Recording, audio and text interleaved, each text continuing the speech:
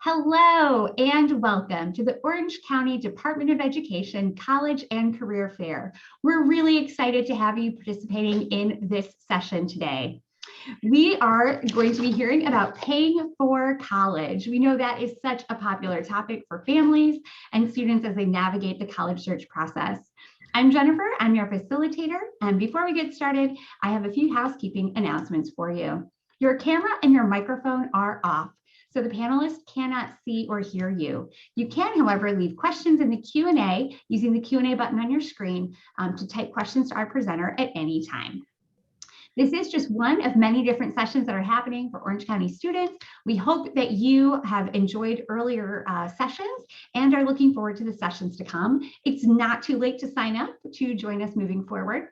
This presentation, like all of the presentations, is also being recorded, and these will be available at that same website where you register, strivescan.com/COSI. All right, well, I'm very excited to get us started today and turn it over to our presenter, Margie Castellanos from Irvine Valley College. She'll introduce herself some more and talk to you about paying for college. Hi, thank you so much for that introduction. Let me get this started. Hi, everyone. I'm Margie Castellanos. I'm an EOPS specialist at a community college, and I will talk a little bit more about EOPS in a later slide. I'm also a graduate student at the University of La Verne and receiving my Master's of Science in Educational Counseling. So let's get started. So paying for college, I'm going to college now, how do I afford it? So we're going to be talking about some tips on how to fill out the FAFSA and the DREAM Act, little tips and tricks on how to do that, and also the programs that you might want to seek out on campus, whether it be a UC, a CSU, or a community college. So what is financial aid? It's a free application for federal student aid. I wanted to emphasize free because you should not be paying a preparer to help you apply for financial aid. It's completely free to apply, and the application actually just went through a recent update, and it's much easier. So it's broken down section by section, and you just go section by section and complete it. It's very easy. So always make sure that you are checking in with your financial aid department and you're not paying someone else to do this for you. It is utilized to determine need. So it's need-based eligibility for all state and federal financial aid. So there's money that could come in from the state of California or the state that where you're attending a university that will assess how much your need is. So it's need-based. It's also commonly known as the Pell Grant. So a lot of people will say, oh yeah, my financial aid, they're referring to the Pell Grant. And grants are money that you do not have to pay back. Okay, so that's basic, kind of like free money, as people say, that you do not have to pay back to the school or to the government or to the state. Okay. So when do you apply for financial aid? Well, priority application is open now. So start your application now. Every year it opens on October 1st. So it opened October 1st this year, and priority closes on March 2nd. What priority means is that if you apply and finish your what they call financial aid package and finish it before priority application deadline, that means you're going to receive the most that you're eligible for. So a lot of our students are eligible for close to $6,000 a year. And so in order to get that money or as much as possible, you want to apply during priority time. This also ties into the Cal Grant, which we'll cover later. So it's very important that you apply during this time and complete the package. There might be supplemental documents that you have to submit to your financial aid department. So really important, start the application now. Okay, the financial aid application officially closes on June 30th. So you can apply for financial aid after March 2nd, but you're not going to be receiving the most that you are eligible for. It's going to be shared between all of the other people who applied later. So get as much money as possible, get all of that eligibility money that you require to attend a university or community college. You're eligible for 6 years of financial aid for full-time students. There are exceptions to that as far as like being a part-time student, but there's no extension after the 6 years. So make sure you're always meeting with your financial aid department, that you're always discussing with them, I'm going to be part-time, I'm going to be full-time. If you're going back and forth, maybe one semester you're taking one class, always, always, always check in with the financial aid department if you're going to be less than a full-time student and if you're dropping any classes. It's just a good habit to get into. And then that is the website there at the bottom where you would go to apply for financial aid. So a few tips when you're applying for financial aid: apply during priority. Like I was saying earlier, receive as much Pell Grant as possible. Why not do it now? There's no point in waiting, and you're only going to cause more issues for yourself the longer you wait. So complete it now. Also, applying early also helps you in completing your package, remember? So there might be some verification documents that the financial aid department is requiring of you. You're chosen at random. Sometimes they'll ask for a parent signature on a different form. They'll ask for high school diploma verification. Whatever it may be, you might be picked at random. So make sure that when you apply, that you follow up with your university or your college a couple weeks later, just to make sure, hey, I applied, I want to make sure you receive my information. Do I need anything else? And that financial aid department will let you know if you're missing anything, or they'll tell you, hey, we haven't really gone over those applications yet, but we will in a week, so we'll get back to you in 2 weeks. Okay, so you need to know that timeline. So make sure that you always follow up with your financial aid department. You do have to show proof of your high school diploma now in order to receive financial aid. But in case you're not a high school graduate or you just want to move on to college, there is an option for you at community college. You can still receive the California College Promise Grant, which waives the fees of your classes if you attend a community college. My third tip is that you use a family email account. This is really important for the students, really especially because a lot of information is coming in from the financial aid department. They don't really know how to explain it to their parents. So it's much easier if you, the student, you apply for financial aid using your email address. Okay, remember this, write it down. You apply for financial aid using your email address.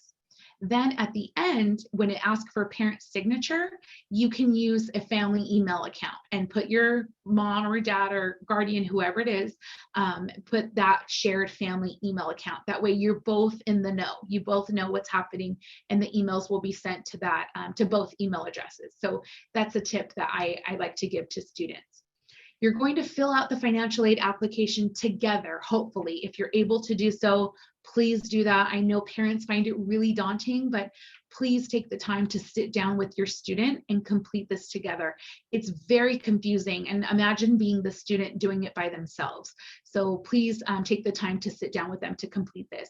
You will need your tax information, so please make sure that you have that. If you don't, you can still start the application and have the tax information pending. So start it anyways, at least gives you an idea of what the application looks like.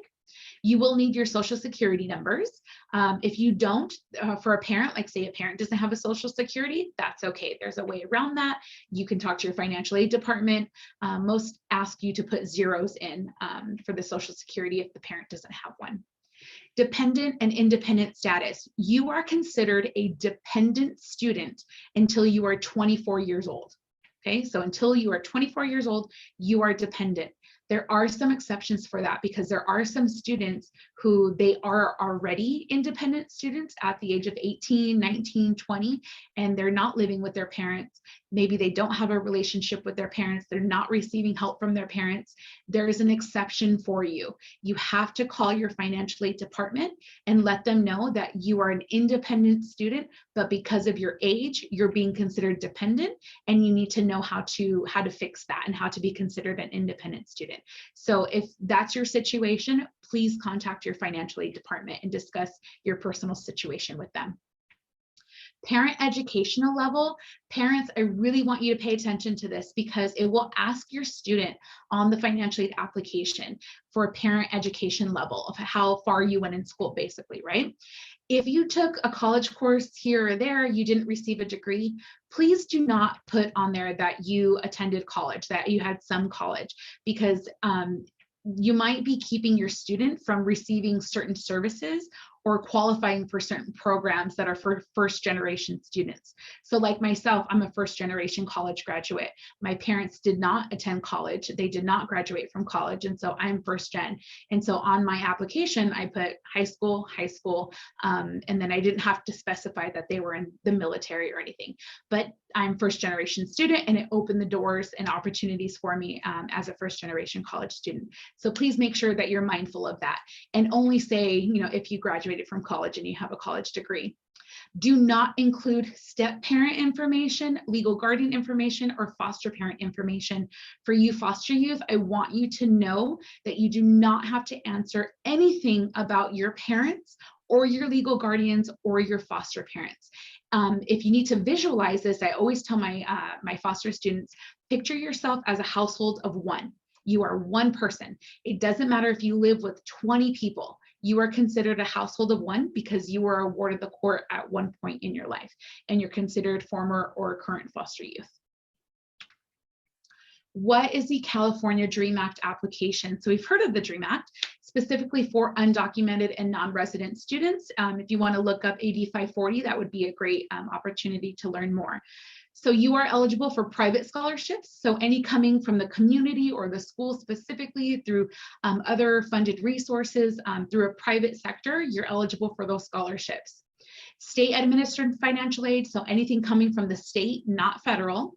Community college fee waivers, the CCPG, the California College Promise Grant, like I mentioned earlier.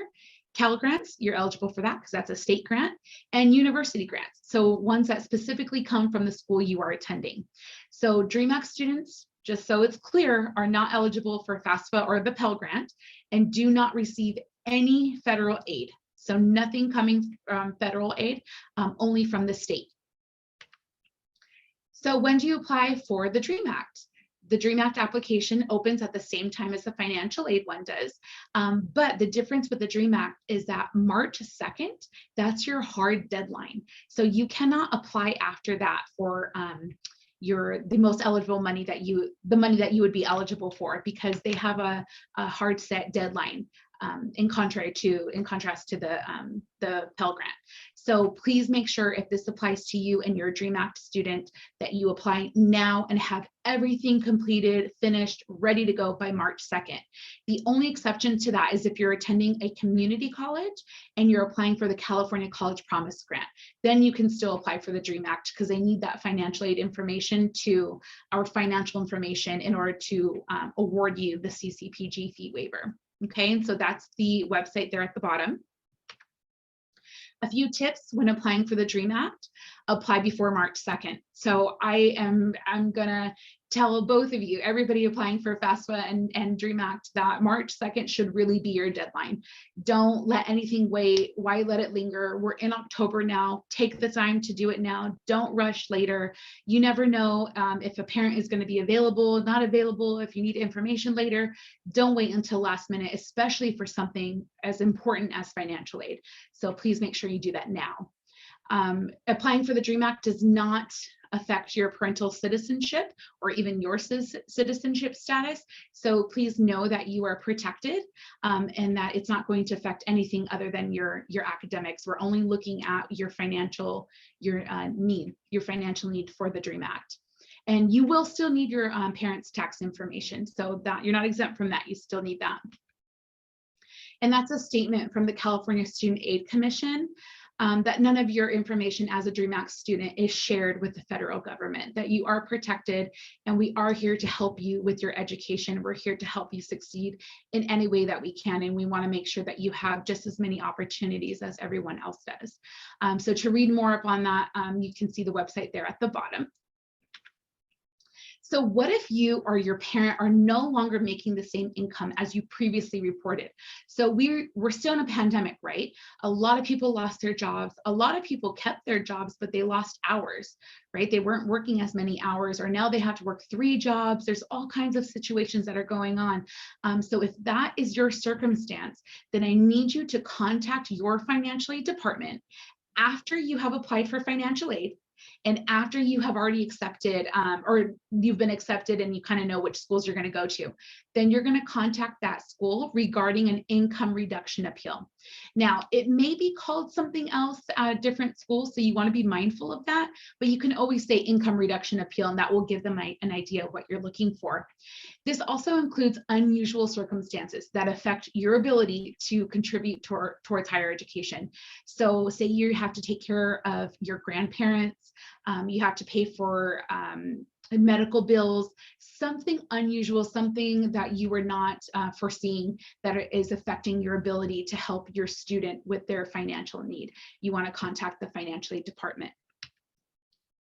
So for those who are eligible for the income reduction appeal, you want to look at the EFC. It's your expected family contribution. So this is what the federal government has decided that you are able to contribute towards your student's education. So the lower the number, the better. Okay, so the lower the number means I can only contribute $20 to my kid's education, $0 to my kid's education. The closer to 0 you can get it, the better, because then you'll be eligible for more Pell Grant. So if that EFC number is high, and I have seen some students where it's like $25,000, $5,000, even $1,000, you want to try the best you can to get that down if you're in one of these circumstances where you cannot contribute the same as you were before to your student's education.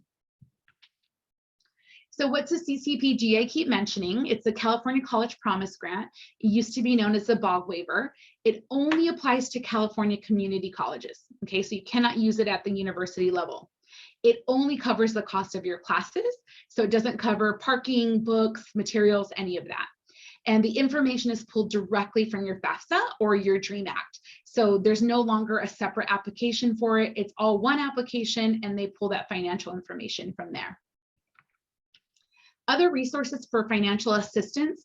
Again, I want you to keep in mind some of these things I'm talking about may be known differently at your campus and your financial aid department. So just keep that in mind. And again, I'm going to keep repeating it.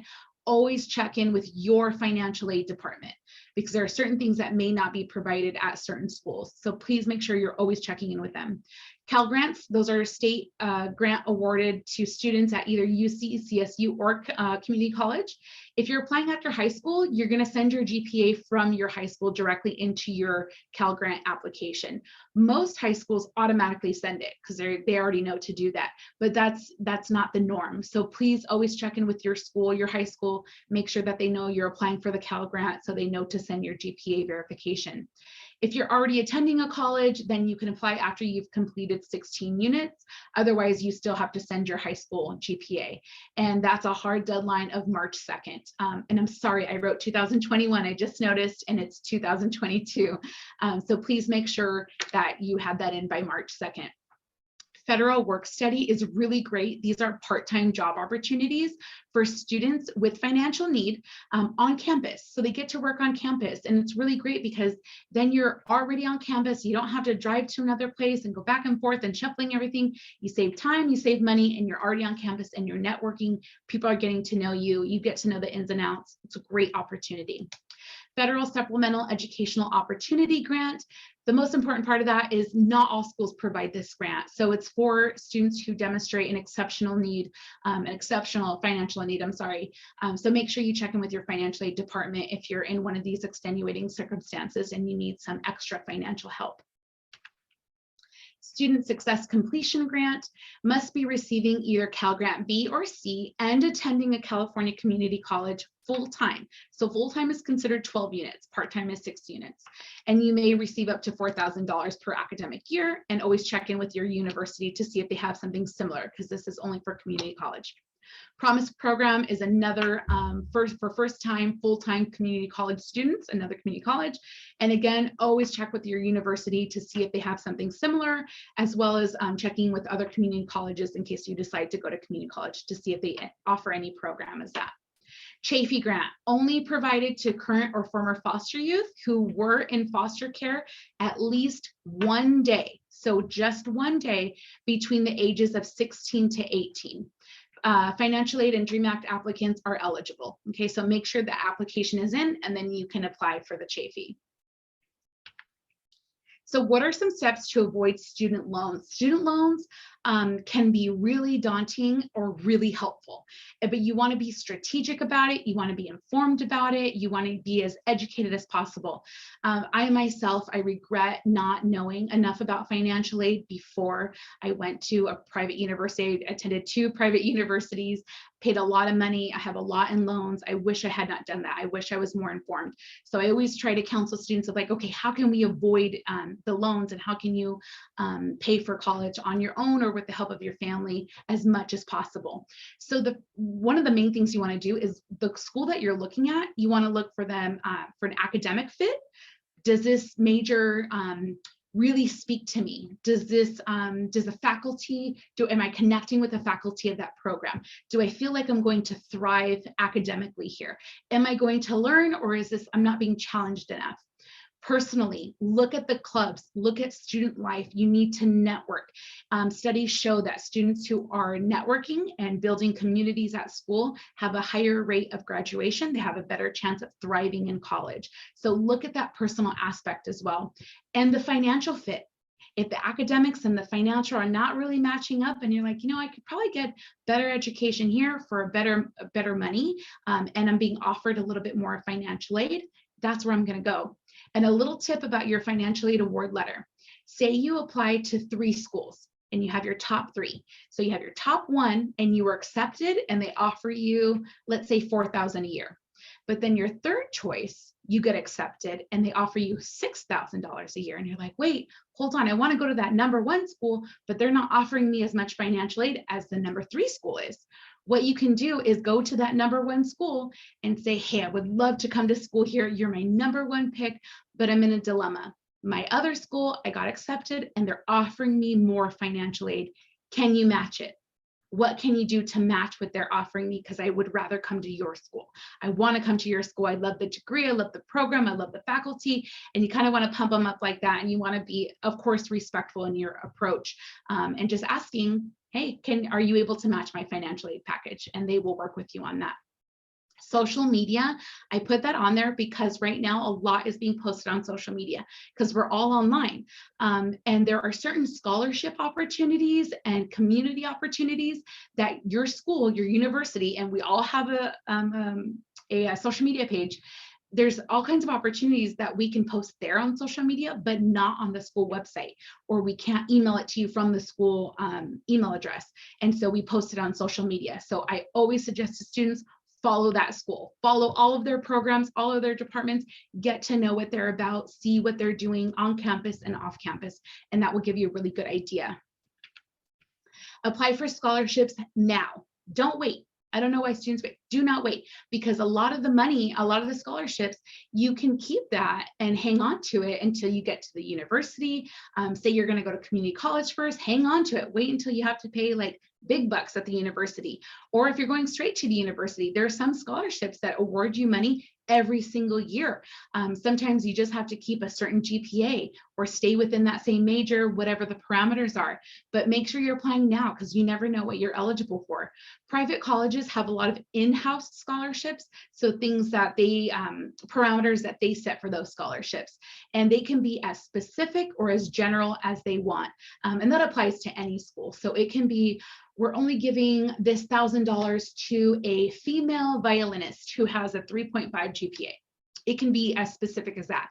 Or it can be, they just need to be attending an institute of higher education and have a 2.0, above a 2.0 GPA.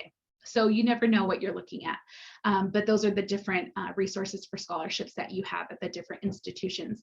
And you should be right now checking with your high school counselor regarding any scholarships that are available, because they may have some that you can apply for now instead of waiting until you transfer. So some programs that offer financial assistance or financial relief, student equity or student life. I'm just giving you an example here. This is not me promising you everywhere you go, the university or the community college is going to offer these this assistance. That's not the case. I'm just giving you an idea of what you may receive from those specific programs or departments. So like for myself working at a community college, our student equity and student life program, this is what they offer: textbook assistance, laptops, hotspots, emergency grants, food and housing assistance. I work in EOPS. I'm an EOPS specialist. So of course I'm going to promote that. We pay for a lot here at my community college. We pay for your textbooks, your parking passes, your bus pass, transfer application fee waivers when you're ready to transfer to university, emergency loans, direct EOPS grants, of course, that students don't have to pay back. We help you with food and housing. And EOPS is only found at community colleges in California. We're only in community colleges, but EOP, without the S, EOP is, you can find at every CSU, but their programs are going to be operated a little bit differently. So you always want to check in with the EOP department and say, hey, you know, I heard about your program. I just want to know what you can offer my student or offer me at this school. UCs do not have any EOP or EOPS programs. Guardian Scholars are for current or former foster youth. This is a little different than financial aid requirements, because financial aid, they want you to have been in the system or awarded the court for at least one day after your 16th birthday. But it's different when it comes to a Guardian Scholars program.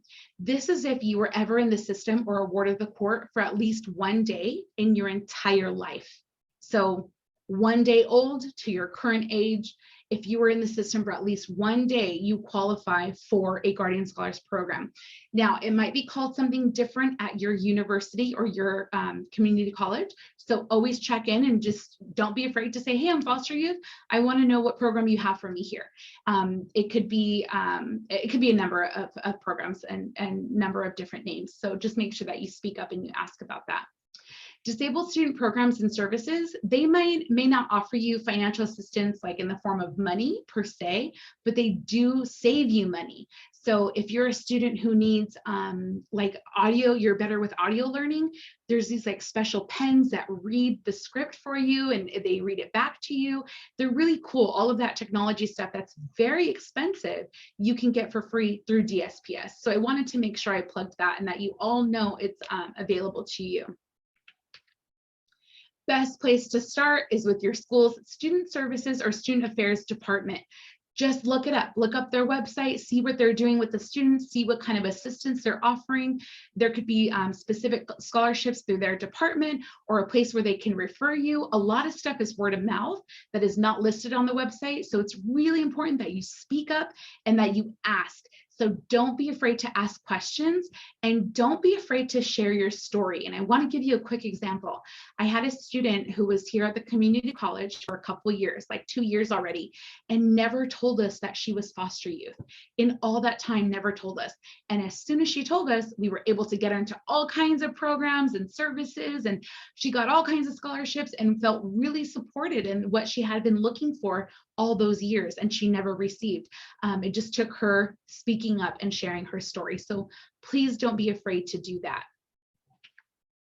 Here's some resources for you. WUI is a really great website. I just myself learned about it and I think it's fantastic. I was researching it.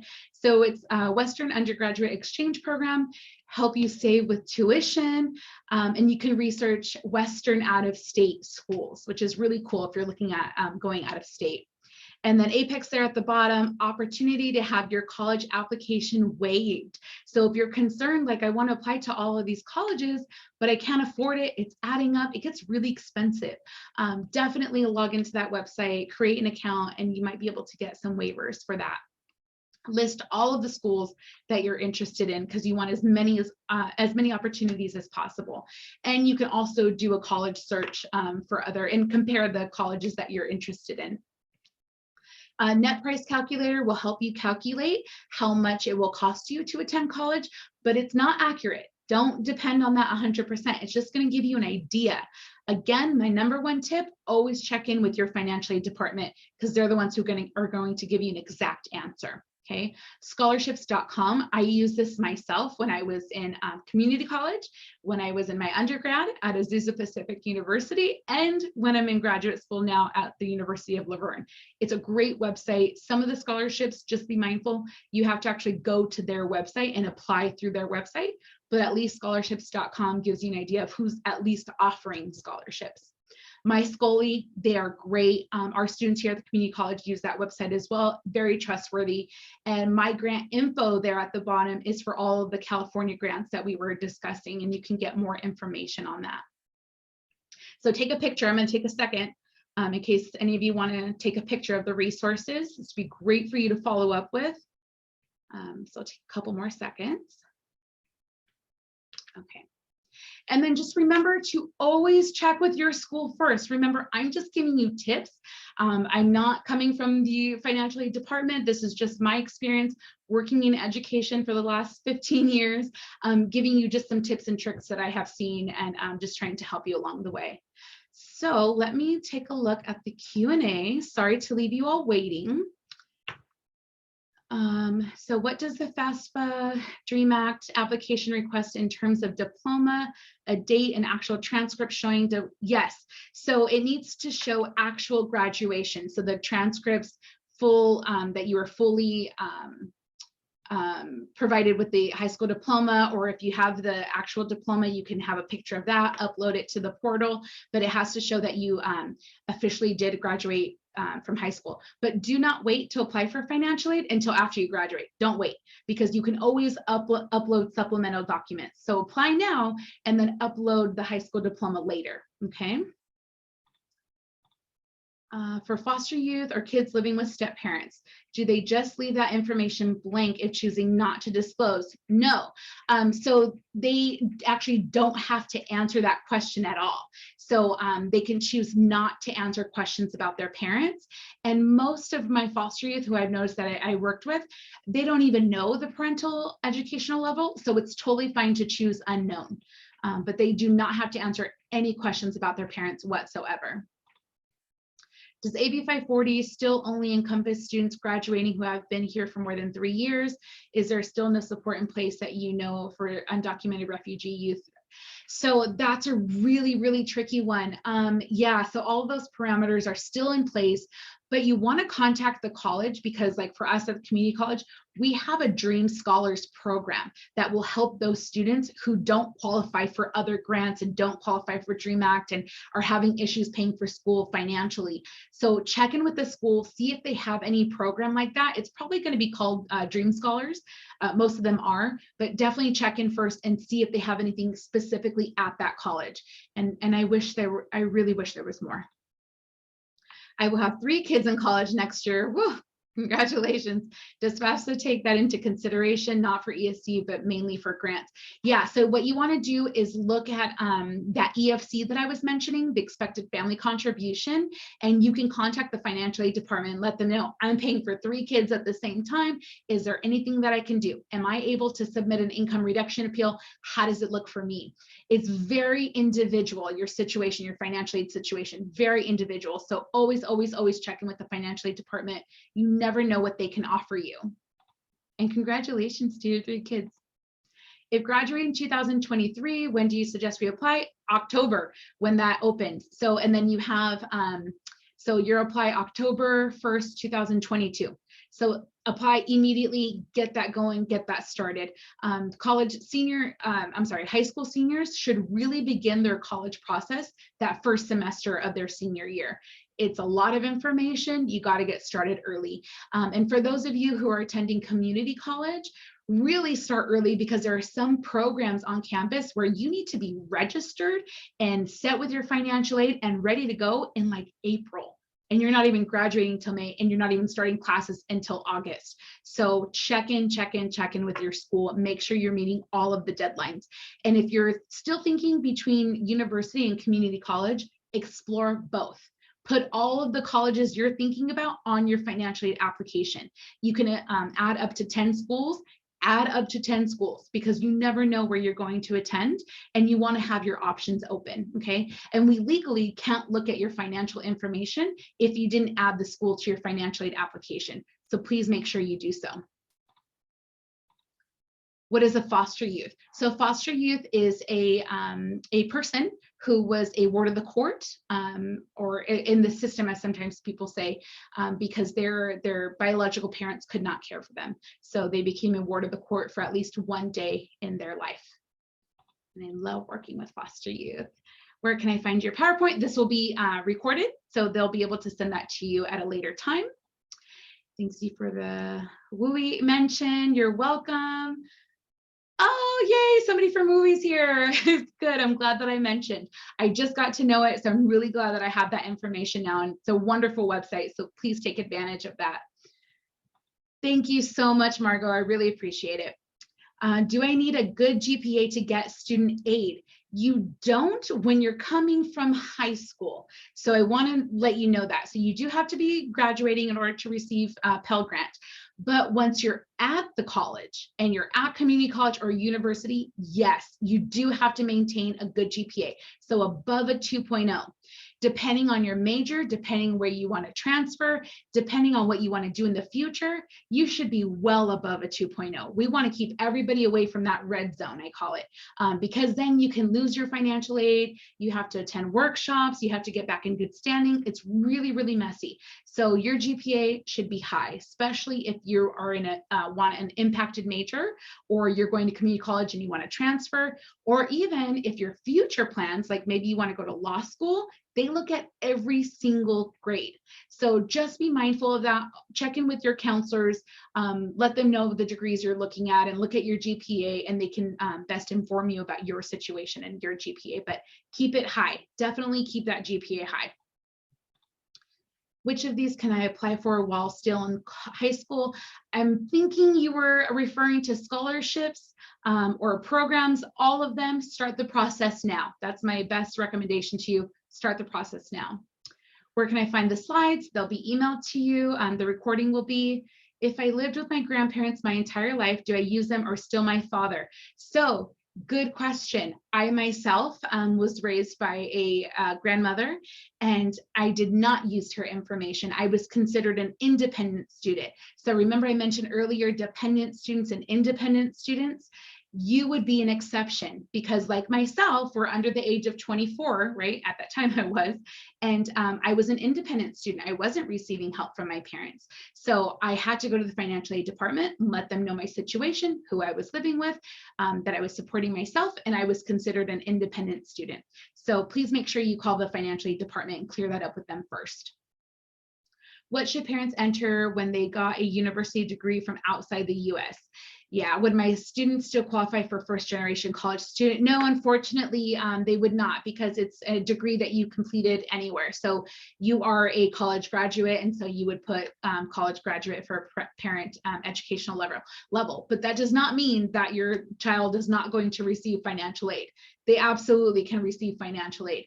I was just talking about specific programs that could be on their campus that are specific to first generation students, but they may still qualify for everything else except for one program. So please make sure that you answer that correctly, especially since it is federal money and we want to be as honest as possible. Oh, go Leopards. All right, cool. For juniors, do we wait until next year? Yeah, so you'll wait, but for you juniors, keep this information. Remember this information. Start early, start early, start early, okay? And I'm glad that you're here because you're already starting the process. What's the earliest grade you can apply for financial aid and Pell Grants? Well, see, that depends. So if you're doing dual enrollment, and so you're a high school student and a college student at the same time, you can apply earlier than anybody else because your student is already a college student. So just keep that in mind. But if your student is not in college yet, they're not taking any college courses, for college credit, I should emphasize that. There are some students who take college courses to complete their high school diploma. That would not count because you're using it for high school. If your high school student is taking college courses for a college degree, then that's the exception. Then you can start the financial aid process. You mentioned that the FAFSA DREAM Act is easier to fill out this year. Does the FAFSA still streamline the parents' tax? Yes, great question.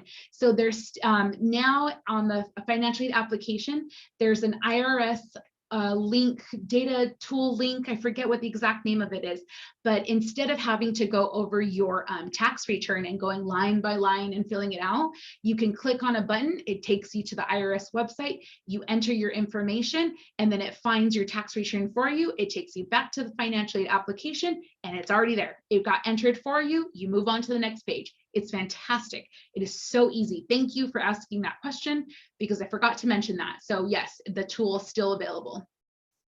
Thank you, it was really helpful. I'm a single parent. Oh, thank you so much for attending, and make sure that you reach out, especially for single parents. Make sure you're reaching out to the school, get as much help as possible, share your story. Like I said, share your story. You never know what resources are available. Thank you so much for joining.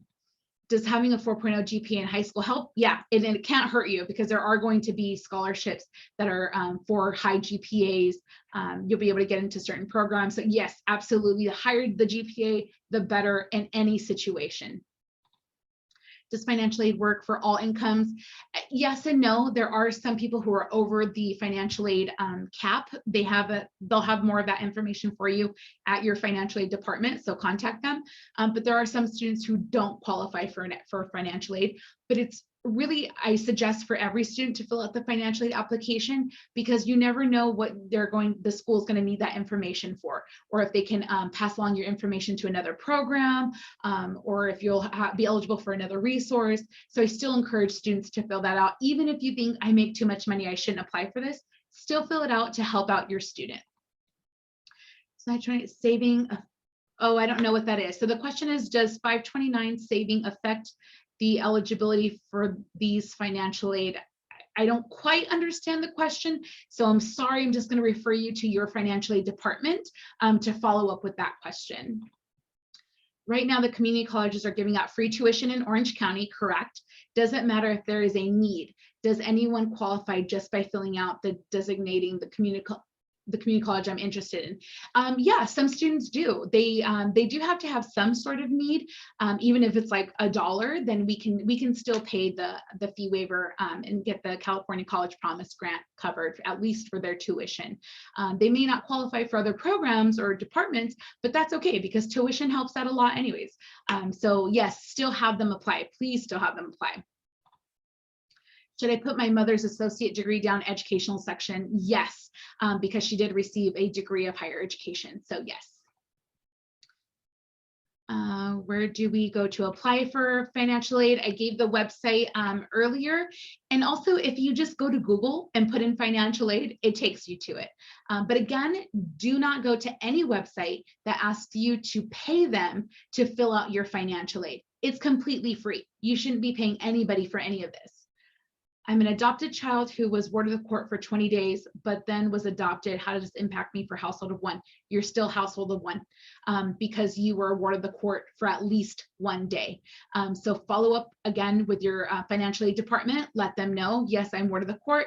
You also will need to contact your the social service department where your case was housed and receive your ward of the court letter. That's really important for you to receive your ward of the court letter. Keep a copy for yourself and provide a copy to the college you intend to enroll at, and then also contact their Guardian Scholars Program or their foster youth program, whatever they call it at that college. And you can turn in your ward of the court letter to them as well and get started with their program. But yes, you're definitely considered former foster youth and would be eligible for certain services. Are there any organizations that help with scholarships if the high school counselor isn't helping much? Yes, those ones that I provided on the previous slide. Absolutely. You can always apply to outside scholarships, and really you should be researching them as well, because there's so many scholarships out there that you're going to do a lot of research on those scholarships. So yeah, if you feel like you're not getting any help, reach out to the colleges already or do the research on your own. And then I see one last question here. Is it difficult to make yourself not a house of one after you file as such. You just have to provide supplemental documents to your financial aid department. So you basically would have to prove that something happened in your life to where now the situation has changed. I don't know exactly what they're going to ask you for, but there's always an opportunity. So just check in with the financial aid department and let them know your situation so they can offer you those resources. And it looks like that is it for the questions. So Jennifer, I'll take it back to you. Margie, that was a wonderful presentation, so informative, and you did an incredible job getting through every question in the Q&A. For anyone keeping tabs at home, that was like 28 questions in there. So that was incredible. But the level of detail, the knowledge, and all of the tips, I know are going to be valued by the families and counselor students who watch live, but also everyone who will be watching the recording. So thank you so much, Margie. Thank you. Do you need me to stop sharing my screen? No. Oh, I was going to say, I'm just going to override your screen share real quick because we do have a few last announcements for everyone who's attending. So thank you again, everyone, for being here. We really appreciate it. We hope this is helping you so much as you look forward to the college search and decision journey for your families. It's wonderful to know that there are families and students of seniors here and freshmen and sophomores, and we hope that it's going to help you plan ahead for sure. Now, when you close your window, there's going to be a link to a very quick 5-question survey. We'd appreciate any feedback that you can provide. And don't forget, there is more wonderful programming going on, and we hope you'll check the schedule and sign up for additional sessions as a part of the programming for Orange County students. This would be at the same website where you registered for this event, and also for the past panels you may have also been attending, or 6x6 college fair sessions. Also know you'll be able to find this session's recording as well as all of the session recordings at that same website, strivescan.com/COSI. That's where you'll be able to watch this again, share it with family and friends who weren't able to attend, and it'll be posted there in the coming days alongside all of the virtual college fair sessions for this event. So thank you again, everyone, for being here. Best wishes in your college search and decision journey with your family, and have a wonderful day. Bye, everyone.